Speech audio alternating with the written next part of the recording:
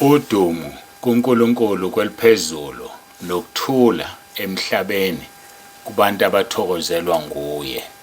Babonsibando okubingelelayo dlalifa izulu. Ngithi uJesu Kristu Inkonzi. Siyambonga ke kakhulu uNkulunkulu wethu, siyamdumisa bangcwele. Ngesikhathi akasipha sona kuba sikwazi ukuphinde sihlangane futhi namhlanje.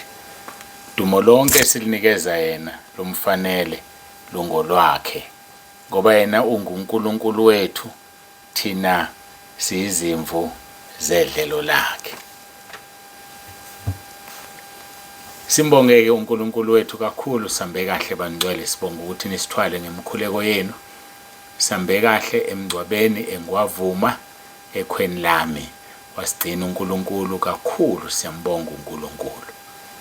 Sidlulise ukubonga kulabo abathandile ukuthi sibaphathele induduzo yabo, sidlulisile induduzo yabo. Sibonge kakhulu nakulabo abathe nanku petrol wokuhamba kamama, liphumile lelo legcizelela lathi upetrol kamama ukuthi ahambe, ayike nayo idlulile ngokunjalo. Siyambonga ke kakhulu uNkulunkulu, siyamdumisa uJesu Kristu Inkonzi.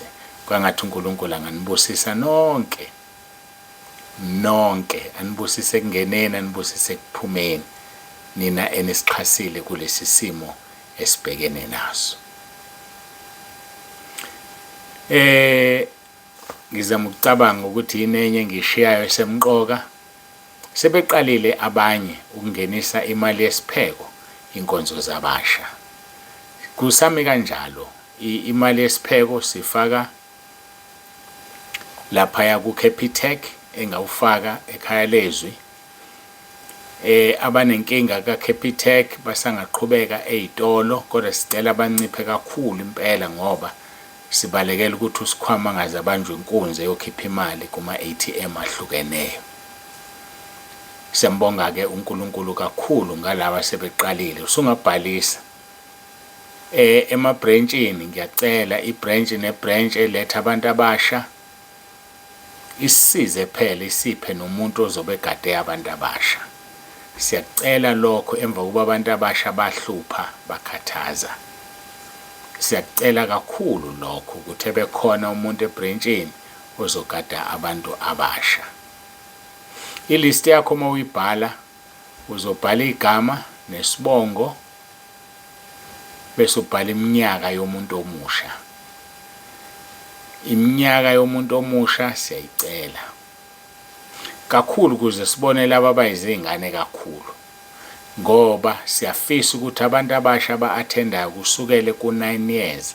Angazi uma sengiphambanisa sake sashe eminye iminyaka ehlukene, kodwa ngicabanga ukuthi masisuka ku9 years kuya phezulu. Isizathu ke sicacile nje, si-obvious. Umhlaba wonakele bazalwane, wonakele umhlaba.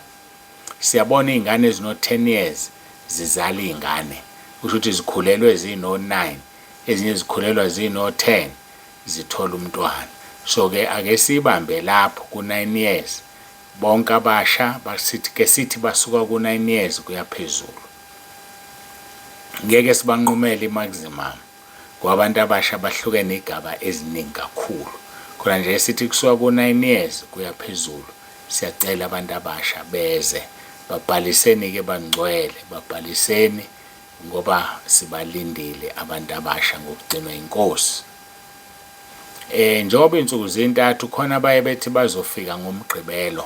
Sicela ke ngenxa yalabo elistino elethwayo, noma wena mawuzireporta wena yisho ukuthi uzofika ngoLesihlanu noma uzofika ngomgqibelo, khona sizoba sesithombeni sokwazi ukuthi bangaka abantu esibanakayo ngoLesihlanu, bangaka futhi esibalindele abazonezela ngomgqibelo.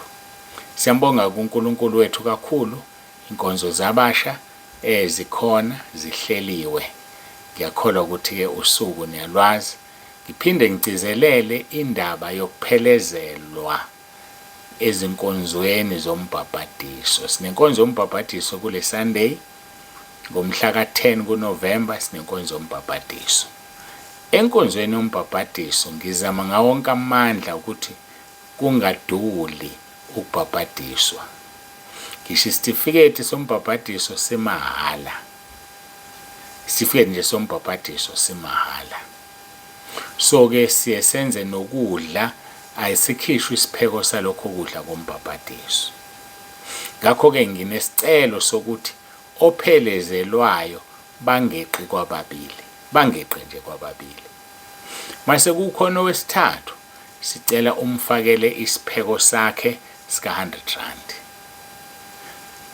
Uma nje wena unabantu abakuphelezelayo beqile ku2, bewu3 ngawe, kusho ukuthi-ke sebewu4 ngawe, sicela R100 ngawonke umuntu oweqe ngaye kube imali yesipheko. Ngoba sizama ngawonke amandla ukudiscourage abantu abaphelezelayo. Kodwa singeke sibavimbe, ingakho sinika umuntu obhabhadiswayo angeza nabantu abawu2. Umuntu obhabhadiswayo eze nabantu abawu2. Akukho sipheko. Kodwa mase kukhona owesithathu, sicela isipheko. Wena sikubali lapho, sicela isipheko sika R100. Bese uyasho kusikhwama uthi ngiyeza embhabhadisweni, ngihamba nabantu abawu5. Abawu2 bakhona bakhokhi, nanku R300 walabantu abawu3, njengoba ngiza nabantu abawu5. Ilokho esikucelayo. Sinisichaseke bazalwane, asinawo ama means ukuthi konke sikwenze kuvunyelwe nje abantu beze. Cha, asinawo ama means anjalo. Kodwa sicela senze allowance enhle uma sithi abantu ababili bephelezela umuntu oyedwa ozobhabhadiswa, akukho lutho luzokhishwa. Siyambonga-ke kakhulu uNkulunkulu wethu, siyamdumisa bangcwele, akekho ofana naye, akekho njengaye. Asingene enkonzweni-ke, asingene enkonzweni yethu, uNkulunkulu abe nathi. Sikulo lelozwi John chapter 17, siqala kuverse 1, sizogcina kuverse 3-ke kuLuka. Siguqe sikhuleke.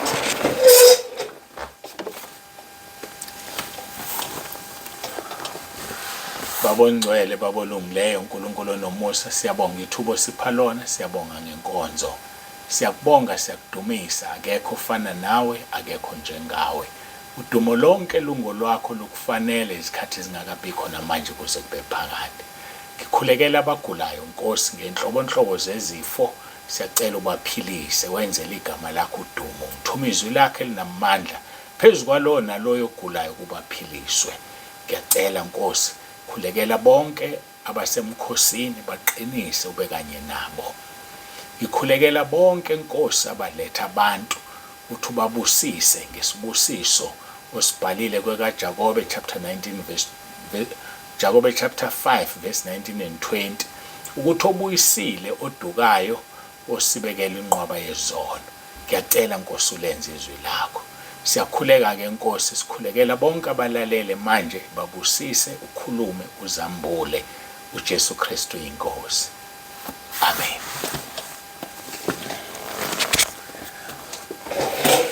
Siyambonga-ke uNkulunkulu wethu kakhulu bangcwele, siyamdumisa, akekho ofana naye. Nizozo ubufakazi ngicela ubuzongena ekuseni kusasa, ufike namhlanje omunye ophilisiwe ngale mkhuleko esikhulekayo uma kungena inkonzo sikhulekela abagulayo.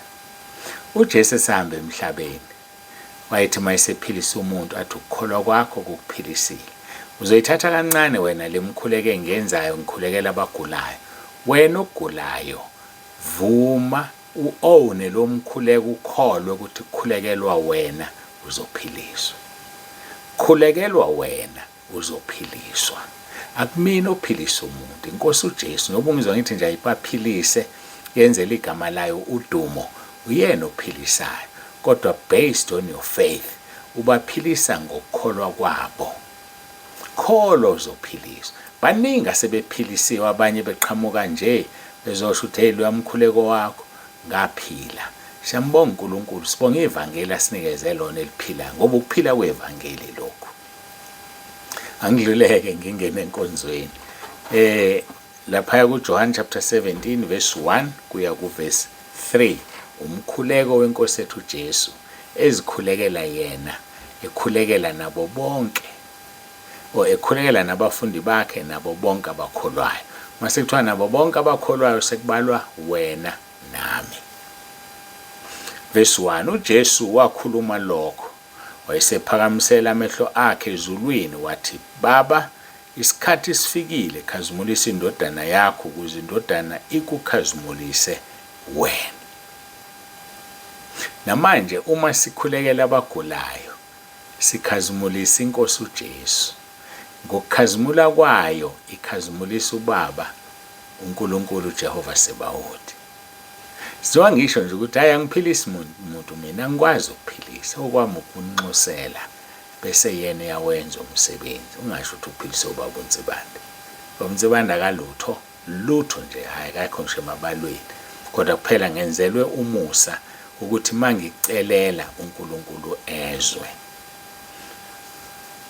Verse 3 uthi ukuphila okuphakade yilokhu kuba bazi wena uNkulunkulu wedwa oqinisileyo nomthumileyo uJesu Kristu. Siyaphuma ke emandleni akhe nasebukhosini bakhe sesizongena la ekukhulumeni ngokuphila okuphakade. Ukuphila okuphakade yilokhu kuba bazi wena uNkulunkulu wedwa oqinisileyo.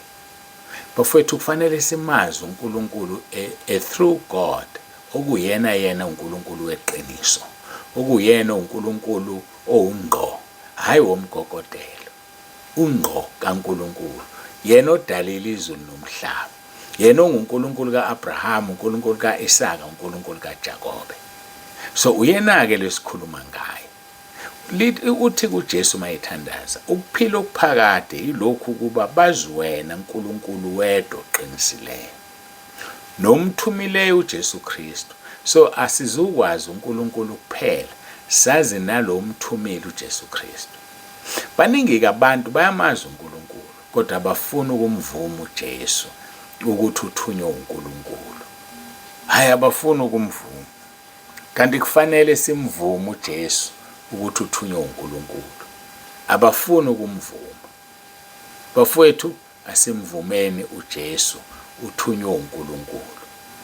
Ngoba masingamvumi ngeke sikwazi ukusizakala. So ke kumelwe ke ukuthi umazi uNkulunkulu, umazi noJesu indodana, ngoba ibona abaqinisileyo nomthumileyo uJesu Kristu. Uyabazi wena na? Ngoba kufanele wenze njani? Ubazi. Masibheka u1 John chapter 5. Siya lapha ku verse 20. 1 John chapter 5 verse 20. Uthi kepha sazi ukuthi indodana kaNkulunkulu isifikile, yasinika ingqondo ukuze simazi oweqiniso. Sikuye oweqiniso kuyo indodana yakhe uJesu Kristu. Yena unguNkulunkulu oqinisileyo nokuphila okuphakade. Konke kukuyena. UnguNkulunkulu oqinisileyo, ungokuphila okuphakade. So kusibiza ukuthi ke thina simazi, kepha sazi ukuthi indodana kaNkulunkulu isifikile. Uyazi into isifikile. Kwenziwa yini mayisifikile ingangifiki kuwe? Wathini uZakewu emva kokuba evuma izono zakhe? Wazivuma izono zakhe uZakewu, uJesu wasethi insindiso ifikile kulomuzi. So kufika insindiso mosuvuma izono. Insindiso iyafika. Ngakho ke uthi u1 John chapter 5, kepha sazi ukuthi indodana kaNkulunkulu isifikile, yasinika ini ingqondo ukuze simazi oweqiniso. Sikuye oweqiniso kuyo indodana yakhe uJesu Kristu. Ukuyeni wena oweqiniso? Ukuye yini? Uthi mayekhuluma ngokuphendula kwemkhuleko kuJohn 15 verse 7. Uma amazwi ami ehlala kini, nani nihlala kimi, nocela nikuthandayo nikwenzelwe. So amazwi akhe awahlale kuthina, nathi sihlale kuye. Siyocela into esiyithandayo siyenzelwe. awuyenzelwa nje wena ngoba amazwi akhe awahlali kuwe. Ayikho ungenzelwa lutho nje, amazwi akhe awahlali kuwe, ukuthi awulenze izwi lakhe. Kufanele izwi lakhe ulenze, kufanele amazwi akhe ahlale kuwe, nawe futhi uhlale kuye. Uthi ku1 John chapter 5, kepha sazi ukuthi indodana kaNkulunkulu isifikile yasinika ingqondo ukuze simazi weqiniso. Awukwazi ukumazi weqiniso ngaphandle kweNkosi uJesu. Sizomazi weqiniso ngoba sinikeziwe ingqondo yokuthi simazi weqiniso kuyo indodana yakhe uJesu Kristu. Yena unguNkulunkulu oqinisileyo nokuphila okuphakade, kuphelele kuye konke. Leli silifundile uverse 3 kaJohane 17 uthi ukuphila okuphakade yilokhu, ukuba bazi wena uNkulunkulu. Yazi ukumazi uNkulunkulu i-everlasting life, ukuphila okuphakade lokho. Nokumazi uJesu othunywe uNkulunkulu i-everlasting life, ukuphila okuphakade lokho. So kusibiza ukuthi ke ukuphila okuphakade sikwazi ngokuthi sazi uNkulunkulu Baba, sazi uNkulunkulu Indodana. Uyabazi wena laba bantu na? Uma ubazi uyakwazi ukuphila okuphakade. Uthini uJesu mayekhuluma noMartha lapha kuJohane chapter 11 verse 25? Ithi iNkosi uJesu, mina ngingukuvuka nokuphila, okholwa yimi noma efa wophila. Ngoba ungukuphila okuphakade. Athi verse 26, nalowo wophila akholwe yimi kasoze afe naphakade. Yakholwa yilokho na? Haya ke simazeni uNkulunkulu, simazi uJesu Kristu, lokho kungukuphila okuphakade. Ngiyacela sigoqe sikhuleke, siyambonga uNkulunkulu kakhulu ngakho konke. uJesu Kristu inkosi.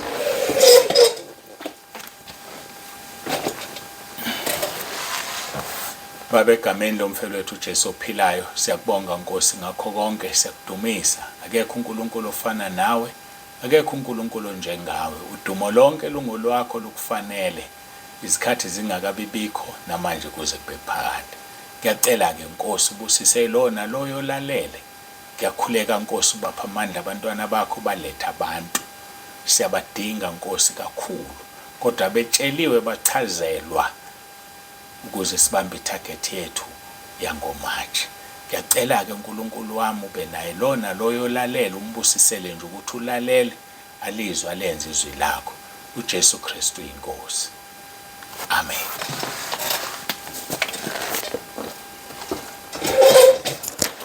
Siyambonga kakhulu kuNkulunkulu, Baba uNsibando yavalelisa uthi uJesu Kristu inkosi.